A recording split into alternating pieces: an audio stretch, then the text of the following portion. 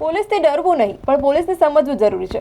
વડોદરા શહેર પોલીસ દ્વારા નવતર અભિગમના ભાગરૂપે પોલીસને આપણે સમજી શકીએ તે માટે થઈને ખાસ કરીને અને પોલીસ પ્રજાનો મિત્ર છે તે માટે થઈને વિદ્યાર્થીઓ જે છે તેમને જાણ કરવા માટે તેમની માટે થઈને એક અલગ આયોજન કરવામાં આવ્યું હતું। તેમને ફિલ્ડ ટ્રીપ પર પોલીસ સ્ટેશન ખાતે લઈ જવામાં આવ્યા હતા। વાલીઓ પોતાના દીકરા દીકરીઓને કાબૂમાં રાખવા માટે પોલીસની ધાક આપતા હોય છે। બાળકોમાં પોલીસનો ભય દૂર થાય તે માટે થઈને વડોદરા શહેર પોલીસ દ્વારા નવતર અભિગમના ભાગરૂપે શાળાના વિદ્યાર્થીઓની વિશેષ ફિલ્ડ ટ્રીપનું આયોજન પોલીસ સ્ટેશન ખાતે કરવામાં આવ્યું। વડોદરાના રાવપુરા પોલીસ સ્ટેશન ખાતે મુંજમહુડા ખાતે આવેલ આદિત્ય વિદ્યાલયના વિદ્યાર્થીઓ ફિલ્ડ ટ્રીપ માટે આવ્યા હતા।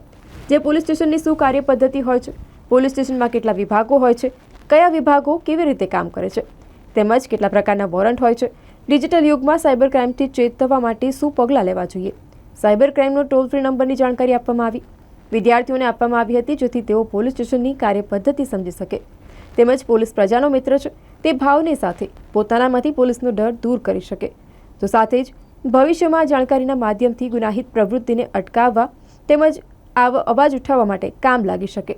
રાવપુરા પોલીસ સ્ટેશન ખાતે આદિત્ય વિદ્યાલયના આ ફિલ્ડ ટ્રીપની માહિતી રાવપુરા પોલીસ સ્ટેશન કર્મચારી દેવ્યાનીબેને વિદ્યાર્થીઓને સમજ પાડી હતી। શિક્ષકો તેમજ વિદ્યાર્થીઓએ આ ફિલ્ડ ટ્રીપને પોતાના માટે ખૂબ જ ઉપયોગી સમજી બિરદાવી હતી।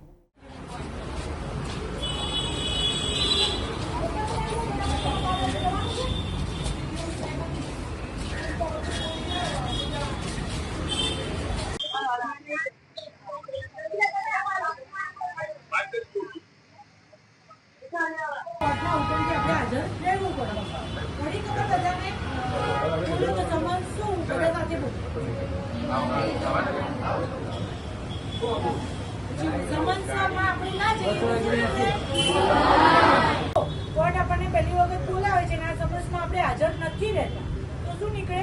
વોરંટ। વોરંટના કેટલા પ્રકાર હોય? બે, એક બેલેબલ વોરંટ અને સમન્સ અને સમન્સ વોરંટમાં નોંધ કરે છે કે અર્ચનાબેનને જઈ અને એમના ઘરે જઈ અને સમન્સ બજાવશે, બરાબર? તો આ સમન્સમાં નામ લખેલું છે, તો કોનું નામ છે? અર્ચનાબેન। આપણી જે તે વ્યક્તિને આપણે આપવાની હોય છે, એટલે કોર્ટની સમક્ષ આ કાગળ લઈને હાજર રહે।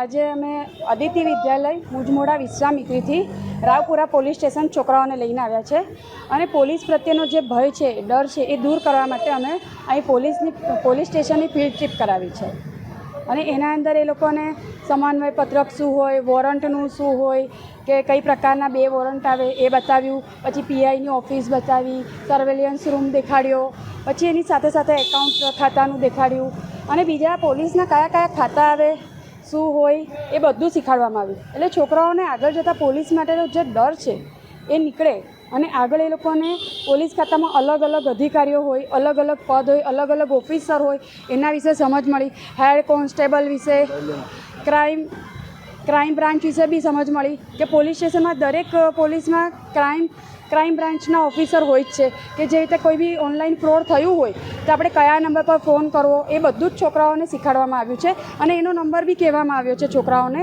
કે આ નંબર પર ફોન કરવાથી તમારે ક્રાઇમ બ્રાન્ચમાં 1930 નંબર પર ફોન કરવાથી તરત જ ક્રાઇમ બ્રાન્ચમાં આપણી રિપોર્ટ નોંધાઈ જાય છે। એટલે છોકરાઓને એક પોલીસનું નામ સાંભળીને જે ડર લાગે છે એ બધો ડર નીકળી જાય એના માટે અમે એ લોકોને અહીંયા લઈને આવ્યા છે। શું નામ બેન તમારું? મારું નામ બીના ગુંજન કુમાર મોડિયા છે, હું બાયલીથી આવું છું।